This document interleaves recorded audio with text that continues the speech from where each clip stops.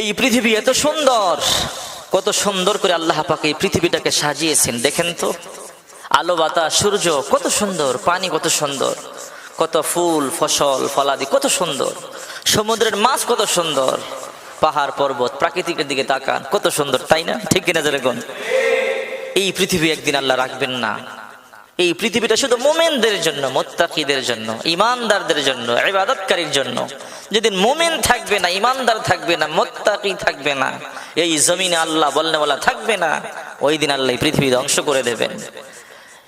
আজকে সূর্য পূর্বাকাশে উঠে এমন একদিন আসবে, কিয়ামত যখন সন্নিকটে চলে আসবে, সূর্য পশ্চিম আকাশে উঠবে। একদিন কিয়ামতের আলামত যখন শুরু হয়ে যাবে, সবচেয়ে বড় আলামতের মধ্যে সূর্য পশ্চিম আকাশে উদিত হবে, এটা একটা বড় আলামত। ওই দিন আর সূর্য পূর্বাকাশে উদিত হবে না। মাটি থেকে একটা প্রাণী আল্লাহ পাক নির্গত করবেন, উঠাবেন, দাব্বাতুল আরব